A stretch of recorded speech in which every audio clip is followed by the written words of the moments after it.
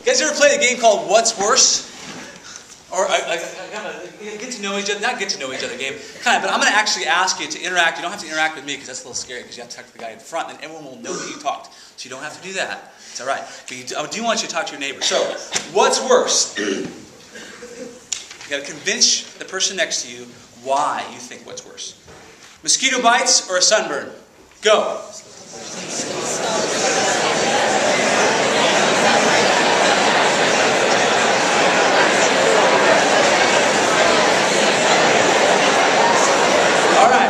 Okay, oh, got it. What's worse? Yeah, this is interesting. Vomiting violently or being next to someone in a small space who is vomiting violently.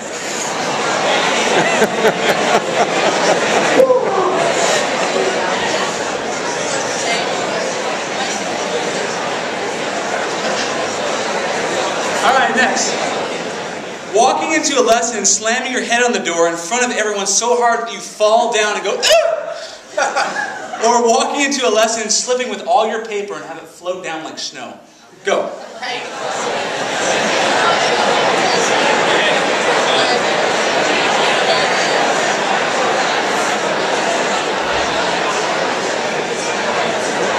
Next. All right, next. You ready? Eating your favorite food every day for the rest of your life or never eating your favorite food again? Go.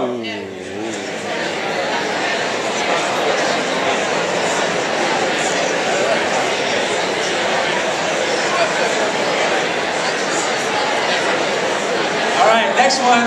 I particularly like this one. I'm wondering if this one actually may have happened, okay? Doing a solo dance in front of the school or inviting the entire school to your party and no one shows up and everyone knowing it.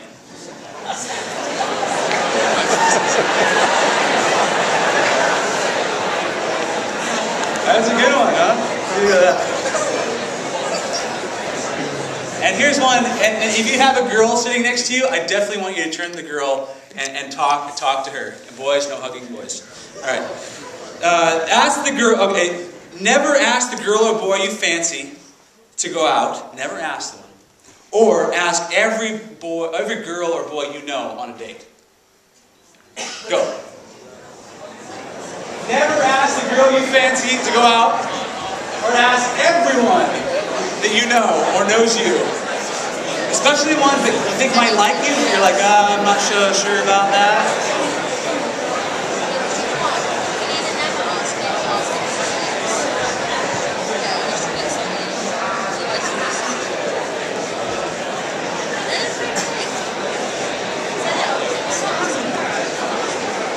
Alright, good. So did you come up with any answers for that last one? You going to take some action on that? Just kidding. So the last question is, it's not really up there, but would you rather continue believing in an irrelevant, boring, stagnant, domesticated, tame, and religious and distant God and leave here and forget it by lunchtime? Or would you rather be challenged by a wild, daring, personal, intimate, sexy, adventurous God who calls you to do something, who makes you feel a little uncomfortable, but calls you out of where you're at. Okay? My God, the God I believe in, the God of the Bible, Jesus Christ, He's not tame and He's not tolerant, but He is wild and adventurous and full of grace. God's a risk taker. He's an adventurer. He sees the dangers and He does it anyway.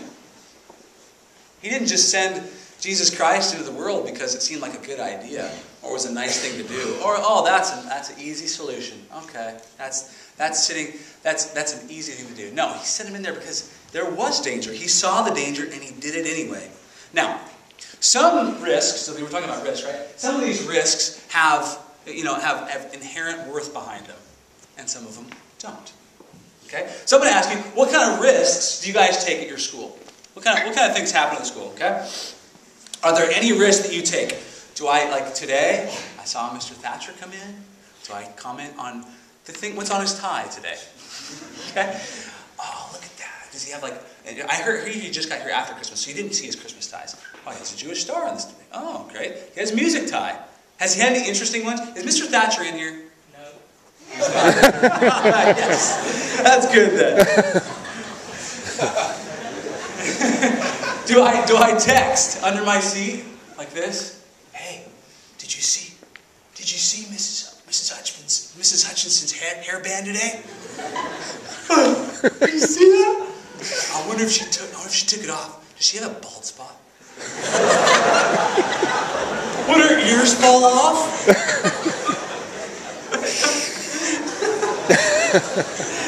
Like, okay, what kind of risk is that a risk? Oh man, what if she sees this? Or if I walk into the lunchroom, not the lunchroom, sorry, the dining hall. You walk in the dining hall and you pass the teachers, you pass the older kids, like, oh man, could I sit down next to those older kids?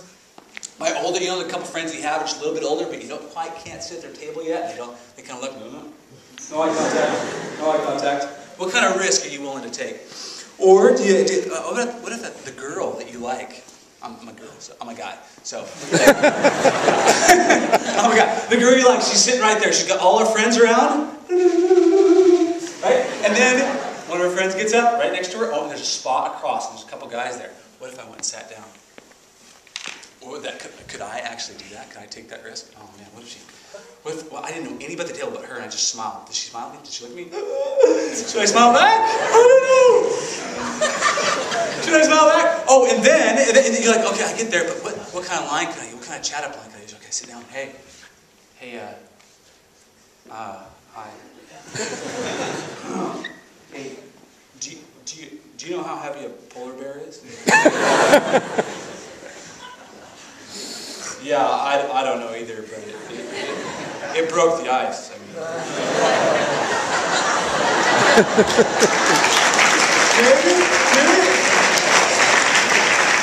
So some risks have inherent worth behind them, and some of them don't. Some of them are just little risks we take at school. God calls us to take big risks. He calls us to step out and do something adventurous. He's not a boring God. He's a wild God. He looks at you wild-eyed and says, come on with me. Let's go. All right? All right. So we have a reading this morning, and actually Max is going to come up and read it for us. It's out of the book of Genesis. It talks about Abraham. Come on up, Max.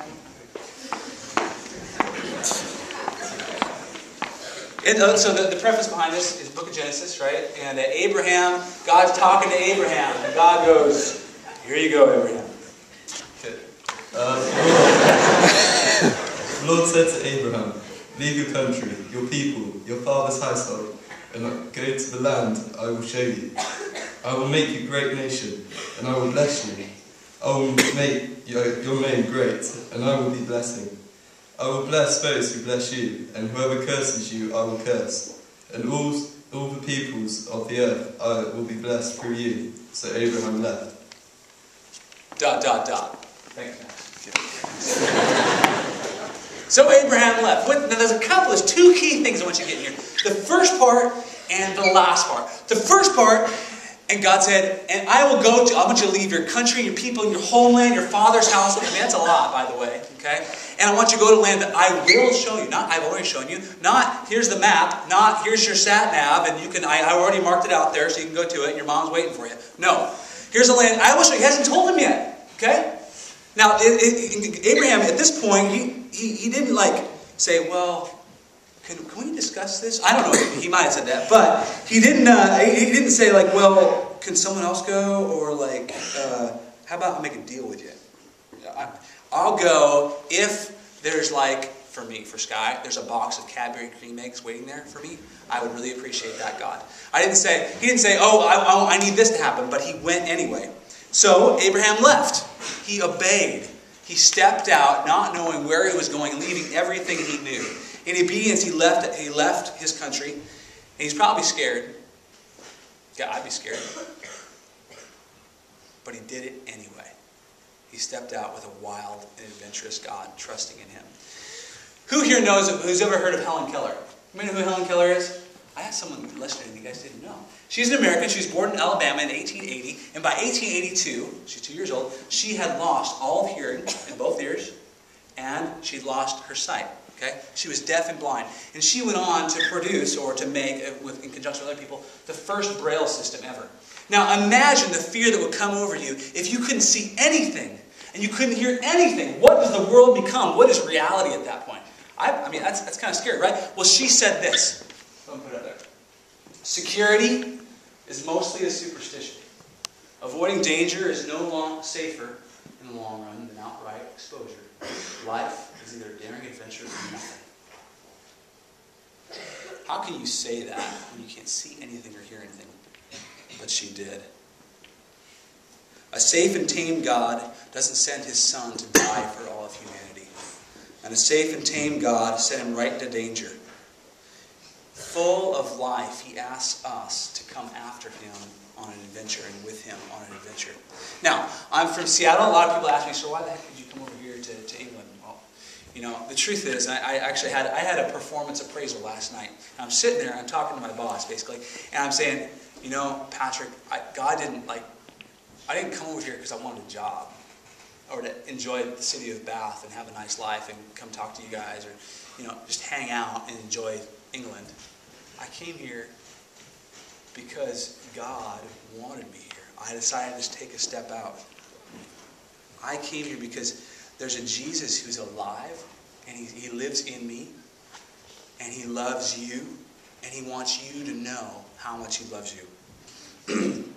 He wants me to take a risk and get out of my comfort zone.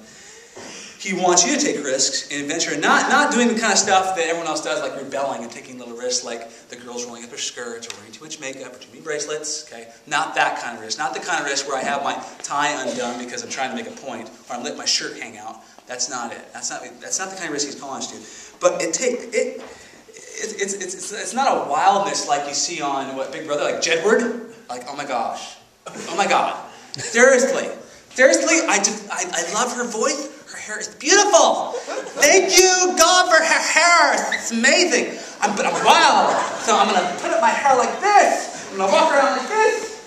And you're all going to love me. You love me. We love me. I love you. You love me. Yeah. Okay? Not that kind of wild. That's kind of crazy wild. Not but a wildness. Okay? It takes guts to be a Christian. It's no mean feat. It's not a shallow-hearted wildness, but it's an adventure with purpose behind it. Last month, I visited the country of Wales. Has it all been there? Who's Welsh in here? Yes. I got a Welsh hat in a thrift shop. So cool. So I go visit Wales, right? I'm visiting now. You guys are Wesleyan, so you may have heard the story. Back in Wales in the early, 1900s, something like that? There was a Welsh revival, right? Okay, 1904, 1906. This guy named Seth Joshua spoke to a group of young people, and he said, the basic prayer, the motto is, oh God, bend us, right? Well, I went to visit the place where the Welsh revival started. Then I went to the neighboring little town called Cardigan. I started walking around, I'm like, Lord, you have something for me tonight. Lord, I pray, I know, I'm going to take a step, I'm not going home. I'm not going home, got a sleeping bag in my back, but I don't think you want me to do that. So I started walking the streets, right? Just walking along, praying, Lord, something's going to happen. God, you want me. You can provide, right? So I see this church, and the lights on in the church. I'm like, that's weird. It's not a normal night. And I walk in there singing Handel's Messiah. It was £7 to get in. I'm like, oh no, £7. Okay, well, whatever. Handel's Messiah. So I paid to get in. Fantastic concert. They were great. I was like, great soloists, great vocalists, quality music, loved the words. I was bored out of my mind. I seriously was. I'm a singer. I love performing. But the pews were really hard and stiff. I wanted to go to sleep, but it was kind of the pew wasn't quite wide enough, so I fall off like this. I'm just telling you, I was bored. Well, I'm about ready to leave, right? I'm praying, God, why the heck did I walk in here? And so it's the halftime show, right? Halftime break.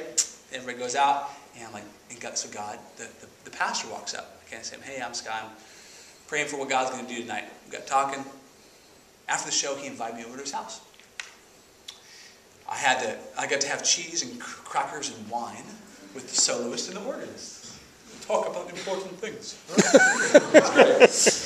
He gave me a posh bed to sleep in. I got up in the morning with a full breakfast and blessed me on the way out, prayed for me. I was like, geez, God. That wouldn't happen if I wouldn't have been willing to take a risk. If I wouldn't have been willing to allow God to call me to somewhere new and to believe in an adventurous God that wants me on his adventure. God met my needs on his adventure. God called Abraham to an adventure, not to some obscure, boring, distant calling that only took up 5% of my energies, my time, my life, or his life. He called everything out of him.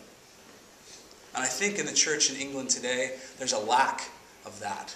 There's a lack of belief in a God who wants to move and shake us and make us uncomfortable and do daring and exciting things. It's just not there. But he is like that. He's a wild, adventurous, sexy, exciting God who calls you out of where you are and wants you to take a risk. God wants men and women who will risk much to obey him. And I want to challenge you to take a risk today. Because what if this God really is real? What if there really is a heaven and a hell? And what if the adventure of God will ask everything of you, but will really give you a life worth living? He is a wild, adventurous God. He's not tame. He's not tolerant. But he is wild and graceful. And what if Mrs. Hutchinson's ears really will fall off? All right, so we're going to go ahead. Oh, we're done. All right. We're going to go ahead and we're going to sing a song at the end. Band, why don't you come on up?